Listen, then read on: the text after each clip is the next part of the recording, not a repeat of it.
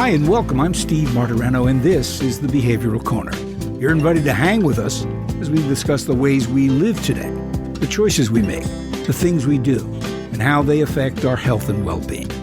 So you're on the corner, the Behavioral Corner. Please hang around a while. Hi, everybody. Welcome again to the Behavioral Corner. It's me, right where you left me last time, hopefully, on the corner, the Behavioral Corner, a podcast about, as we say, everything, because everything winds up affecting our behavioral health. It's all made possible by our great underwriting partners, Retreat Behavioral Health. You'll hear more about them a little bit down the road. Hey, it's that time of the year again, guys. You know, if you're following us, and we hope you are, that we always do a yearly Home for the Holidays program, and this year we're going to sort of broaden that rather than take an individual case. That's the way we used to do it, and describe what it was like going home in those early stages of substance abuse or mental health disorders. We're going to take a look at a macro view of that, and to that end, I would point out that the executive director of an app called Skylight is with us, John Dye. Hello, John. Hello, Steve. Skylight describes itself as a spiritual self-help tool, which, you know, there's an app for everything, and now we have it for this, and I dare say it's much needed. So we're going to talk about the holidays and dealing with it. We all have to deal with the holidays. John, one of the expressions or quotes that has lingered in my head for many years. Someone once said, "Well, the holidays have us by the throat again." Which is not exactly, you know, it's the most wonderful time of the year, you know. Right. But I always thought, boy, that rings a bell with me, because it does feel like that. It feels like an assault. Skylight, as I understand it, is a tool that helps us get through these things or manage them, because you can't ignore the holidays. They will come rolling in, whether you like it or not. So that's what we're going to be talking about. John, as executive director, will get into the nuts and bolts of how this works in a bit, but let's talk about the size of the problem. We all more or less have the same feeling. Here they come. Even those of you who can't wait for the holidays to begin. It comes rolling in, and we have to start dealing with it. For those who have trouble during this period of time, and I mean, you know, whatever extent that is, how large a problem is that? You know, it's like you said, it's very pervasive. Specifically, as we talk about the holidays, some of the best memories we create are during this time of year, but some of the biggest pressures we feel also come as well. So those that don't traditionally deal with mental disorders still have stress and anxiety, right, that accompany this time of year. So it's that weird uncle, right, sitting down next to you that wants to talk politics or religion or something very divisive next to you at the Thanksgiving table. Or as you're opening your presents on Christmas morning, somebody says something very volatile. It's a Molotov cocktail they throw into the room, and everybody leaves deflated. And so as we think about this, just getting together in these social situations, how do you best deal with this? How do you deal with those anxiety and those stressors that inevitably come with family, with friends, with close associates? All of which is exacerbated, made much more acute if you are suffering from some sort of mental or substance abuse disorder. We're going to focus primarily on the behavioral or the mental health aspect of this. Because if there's ever a time of the year that can, if you'll pardon the expression, drive one crazy, it's the holidays. John, with regard to the holidays, we're talking about them in the present tense. They're going on right now. But the stresses and the anxieties begin at some point out in the future, correct? When do most of us start to begin to stress? Here they come. That seems to be getting longer. Is that true? It really does. It really does. And a lot of that, to be quite honest, is because a lot of the stores, you know, you walk in before Halloween into a major retail store and you start seeing things for Christmas up literally 2+ months in advance. And so you're saying to yourself, man, it's coming. I haven't even given out the Halloween candy and we've got to worry about getting the tree up. So there's a lot of that does occur from a retail perspective. Also, this is big all the year round, right? We know that specifically as we at Skylight are focusing on people 18 to 35, we call them the Gen-zennial generation. It affects everyone, Gen Xers, the baby boomers, etc. But we also know we've been able through the app to look through the times of year, the seasonality of when this stress occurs. And it really does ramp up right around finals and those times, but also, you know, as people are getting ramped up for the holidays, getting ready to go home, we know finals and the finish Mm. of the term and semester coming. A lot of it's happening in our own head, though. We make the monster 10 times bigger than it actually is, usually, because we try to think of all the things that may happen, not the things that aren't happening. And that's why we talk about you've got to center yourself, you've got to be in the present, because it's really a lot worse if you assume that, again, that gorilla is 800 pounds and it's really only 80 pounds. Hmm. Yeah, you know, and the notion of beginning to worry about something well in advance of it actually happening is a trap we all fall into. About young people, though, it's one of the most fraught times of the year for all the reasons you mentioned, not least of which is that the trip home, which is made during the most chaotic and difficult travel time of the year, kids got to get home. And I guess it's no wonder that the biggest going out night, um, I think, in the entire year is the Wednesday before Thanksgiving, when bars and bars and sports bars and all kinds of places are packed with young people who are fortifying themselves, right? Absolutely. Yes. They enjoy getting back. They see people they haven't seen probably in years, right? And it's a chance to reconvene, get together and have a lot of good time. And again, as you mentioned though, that Wednesday before, then you have all of the close family and acquaintances the following day. And so that exacerbates some of those issues again that are traditionally in your mind. That's where it starts. Yeah, well, I hear you. I mean, everything's in our mind. Yeah. You're right. I mean, but there are real stresses associated with financial, logistic, personal. I mean, not everybody in your family gets along with everyone else in your family. So they're real problems. I know that among the things that, well, let's talk about Skylight immediately, because the term spiritual is right there in your descriptor. You're not hiding that. A spiritual self care tool online or through the app that seeks to help people with mindfulness and spirituality. Let's take them apart here now. First of all, are we talking about a faith-based technique, faith-based techniques? Yeah, great question. So there is no one single sponsor. This is not a bait and switch by religion.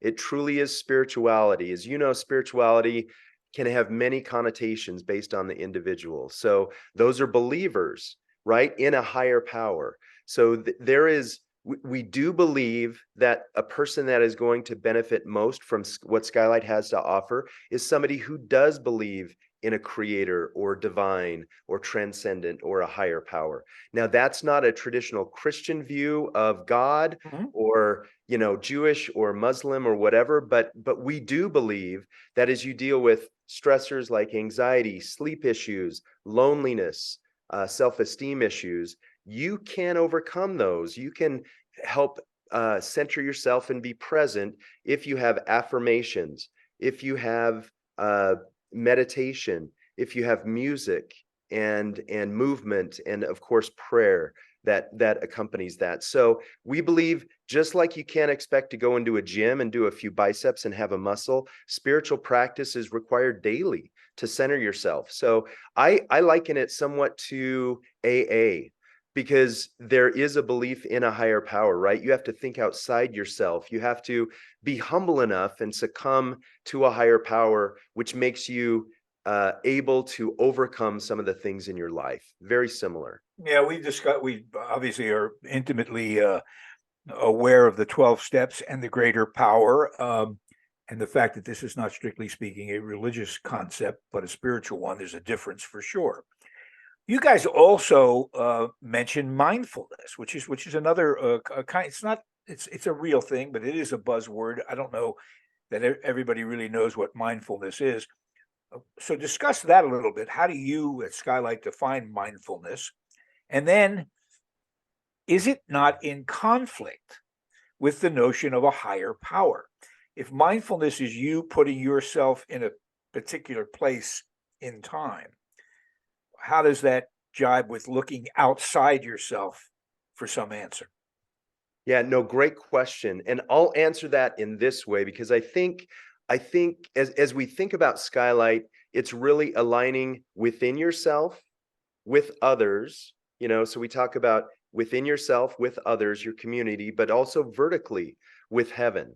So as we discuss mindfulness, it is being in the present. It's really being able to calm your thoughts and really think through, the things that are happening and being able to um, understand what's happening around you that way. But we do feel that the variable of allowing a higher power into your life is important because we do believe that you can slowly, just like a band-aid, you can band-aid over these issues time and time again, right? And mindfulness Mhm. helps you deal with that in the situation, in the here and now. But we believe one variable that needs to be present in this equation toward healing and toward wholeness is a higher power. Mhm. And we believe they're not at odds with one another. They can be rectified. Would you say then to someone who's listening that if they are agnostic or um, if they're atheistic, that Skylight is not for them? I would say this. Well, we do believe that one key variable is that you believe in a power outside yourself, right? A higher power. So it doesn't, again, have to take a certain prescribed form that culture agrees with or everybody stacks hands on. So I do believe that there is power in this for an agnostic or Mhm. an atheist who is willing to concede that there is a power outside of themselves that Mhm. can indeed help them. Yeah, when you think about that question in its fullness, an answer just popped into my head that if someone were completely unable or unwilling to acknowledge a power higher than themselves, um, they probably don't think they have any problems anyway. Yeah, Right? I mean, yeah, yeah.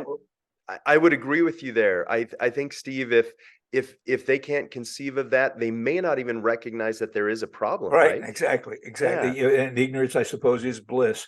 Let's yeah. talk. Let's talk about some of the nuts and bolts that you'll find available, or suggestions you'll find available on Skylight for people who want to manage some of these things. Before we get to them, though, what are some of the absolute triggers for people? Is it the music in the stores? Is it the commercials? What is it? Yeah, so as by the way, I should mention Skylight is free of charge. We have Mhm. some very kind donors. This is something we're doing, I believe, from an altruistic perspective because of these kind donors we have behind us. Um, some of the triggers, and when you say triggers, I should ask some of the things that people experience most on the app or how people find us and what they want to do. No, I mean, what people who want to sort of tamp down the anxiety, they have to see it coming. And I know for me, it's the one song that sets my teeth on edge is, it's the most wonderful time of the year because God bless Andy Williams. I guess that's who it is. He sounds like he really means it. And Yes, I'm yes. generally stuck in traffic when he's singing this, and I, I'm not feeling it. So it Yeah. sort of gets me in a bad mood already. But there are other triggers, and can Skylight help people notice what they are and manage them? Yes, yes. A lot of this, as you know, is very introspective, right? Understanding what your personal triggers are, like you said, in traffic, listening to Andy Williams, that sets your teeth on edge. Doing that is more important, I think, and more introspective. Once you can recognize that, I believe that's where Skylight comes in. Again, spiritual daily practice, just like going to the gym, is something that you can't. If you want to run a good marathon, you can't just go out and run 26.2 miles, right? You've got to have a training plan. We believe the same is true of spiritual wellness and mental health. Is you've got to do a regimen in the morning or in the afternoon or the evening. We notice that morning and evenings are the time most people do this, but even short exercises like we have on Skylight, 3 to 5 minutes, We have actually scientifically shown that that reduces anxiety in people. It helps them center themselves, get their thoughts together, connect with that higher power, and be their best selves.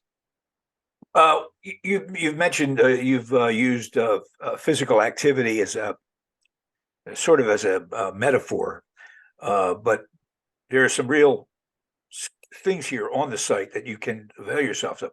What role does things like we've had many people on about yoga Yeah. and meditation. The physical part of it is interesting. What's going on when we engage our bodies in this effort as well as our minds? Yeah, the body is a key, I believe, a key piece to all of this as well. Again, as you talk about your mind and your spirit and aligning those, that is key. With yoga, that helps you be aware and to honestly to tamp down the physical piece. For example, with yoga, where you do stretching and you do posing and other things, these are things that actually help you be not only aware of your body, but your mind body connection and your spirit mind body connection. So it puts you in a way, specifically when you do it by yourself or with others, in a mode that I think really aligns those three in a way that is helpful. All of these exercises and techniques are available through the app, right? You can not only talk Correct. about them, but you can see them, right? Correct. Yeah, and it's all video based, but we also have audio options. So if you're on a walk or doing something, you can experience that as well. What do you tell young, particularly young people who go, yeah, there's a lot of praying in here. Well, how do I avoid? I'm not so much. I'm interested in meditation, but not praying. How do you?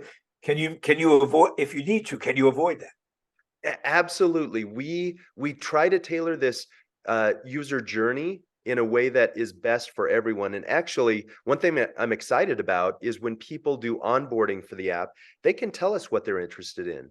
We're creating some AI modules to help us create that personalization so that your journey, Steve, would be different than mine, would be different than a third person's. We need to create, I think, the optimal piece that looks right for everyone. And that's one area that AI can assist us with. Hmm. Where do your contributors come from? Are you out there looking for them? Are they calling you? How do you get people involved who contribute to the site? You know what? There's multiple ways that we do outreach. We have, as you know, NIL, name, image, likeness with college athletes. We Mhm. do a lot of outreach to these individuals who believe in the features and functionality of what we're doing. And so a lot of them are creating UGC or user generated content on their own social media properties. Eventually, they'll send people into Skylight to do more. But we've just done outreach, mainly people 18 to 35 is who we focus on from a contributor perspective, because we want peers talking to peers. I'm a Gen Xer. If I talk to a Gen Z person, they honestly, it's sometimes like religion or any other institution that they may be a little wary of, right? We Mhm. want peers to talk to peers. Our goal is really to help people in this area of their lives, and the best way to do that is talking to somebody that looks like them, feels like them, etc. What happens if someone outside that demographic stumbles upon Skylight? Will they immediately run screaming into the night, or can they find something there for themselves? They definitely will. We're actually working with some Fortune 100 companies here in the US and even abroad to adopt this into EAP, so employer assisted programs that they give to their employees or associates. So yes, this is for everyone. We just realized that Gen Zennial generation, age 18 to 35, they've done some unprecedented things and gone through unprecedented things with a pandemic during their formative years, right? For us, we were a bit older. I think hopefully we experienced it differently, but these young people literally are going to make up the workforce of the future, right? Those 18 to 35 currently will make up 33% of the workforce by the end of this decade. And unless we can help them in some way handle these mental health incidents, right? And hopefully create that spiritual wellness, we're really in, I think, for some rough waters in the future. And so Mm. if we can help them do that, understand the importance of practice, daily practice, and centering themselves and connecting with that higher power, I think that's going to help us all individually and collectively. Our guest is John Dye. John is Executive Director of Skylight. And you can find them, by the way, wherever you find podcasts at spotlight.org. They are a spiritual self-care app with the dual purpose of spiritual wellness, which is the two words you don't often think of together in this context. John, how much? So I know the demo you're talking about. I know that those people were born into this technology. They live much of their lives there. It's probably going to become more as we go further on. How much? Do you have data on how much time people who are using Skylight spend on it? Yeah, so we break this down by users and super users, right? Those individuals that are in it a lot. We have found though that individuals that spend as little as 7 minutes a week on Skylight are realizing benefits from what it has to offer. That's literally 2 exercises of our average length. Individuals who set time aside, they stop the doom scrolling on social media. Again, social media is great from my perspective in many ways. It also has its downside, right? Everything does. But those people who prioritize their mental and spiritual wellness and spend as little amount of time as what I just mentioned on the site actually are benefiting from this. They're able to center themselves and do things that some of their peers are not able to do. So Yeah, well, you just mentioned something that it's a great expression that's suddenly become widely used, and that's doom scrolling. What does that mean? I know what you mean. Explain it to someone who might not know what you're talking about. Yeah. So doom scrolling, it's just they've set it up so it's literally addictive. Social media, right? If you look at Meta or TikTok, where you just keep scrolling, it's an infinite scroll, and you start at 9 o'clock a.m. and you look up and it's 10:30 because you have not realized you've been on the platform that long. And as we all know, a lot of the content that we see online too makes us we're looking at somebody's best moments and comparing that to our average moment, and that's really where that delta comes in, that differential that Yep. makes us feel so bad about ourselves. And Yep. so again, use some of the time to do something intentional, to some of these exercises, some of these practices that allow you to center yourself, and it'll help immensely. It's sort of self-evident that if you were to take 10% of the time you spend scrolling through Instagram or TikTok and apply it anywhere else, particularly into a place like Skylight, where you're reinforcing positivity rather than you're right. You see people living a life you think you should be living and are not, or you see people at their absolute horrible worst. The feeling is nothing but negative in that context. So it's plain to see why, if you could just stroll through a place like Spotlight for a while, that you would be much better off. Final question, and because this is in everybody's mind, particularly as these apps get stronger, what do you do with the data that you accumulate on people who visit the site?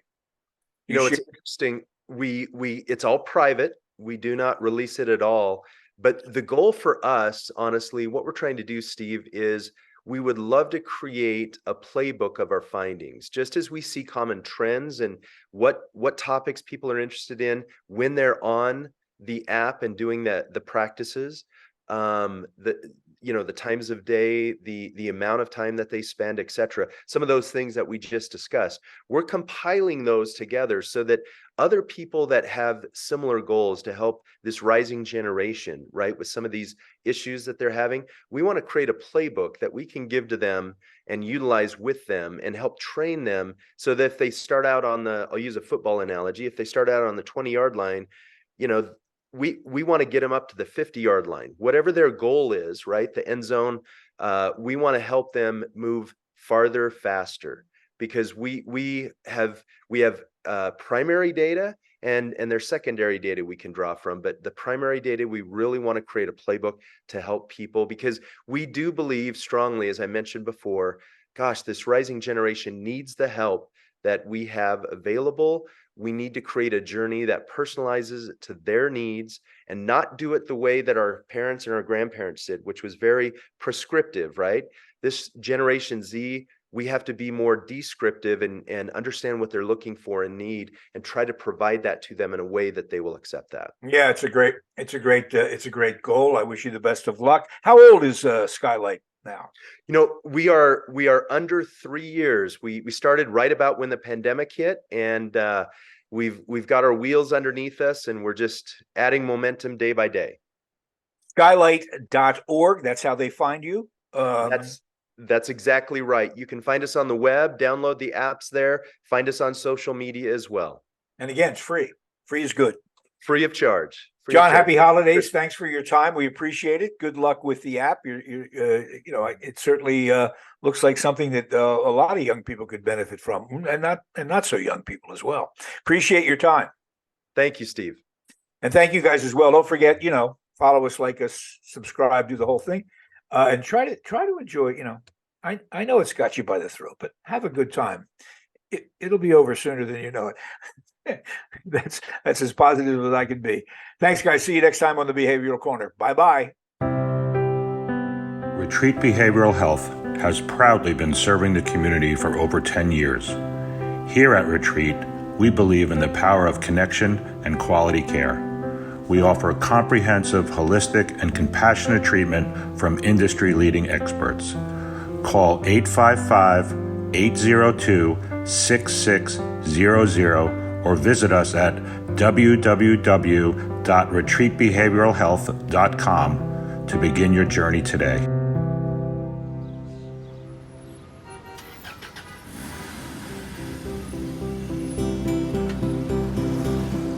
That's it for now. And make us a habit, hanging out at the Behavioral Corner. And when we're not hanging, follow us on Facebook, Instagram, and Twitter on the Behavioral Corner.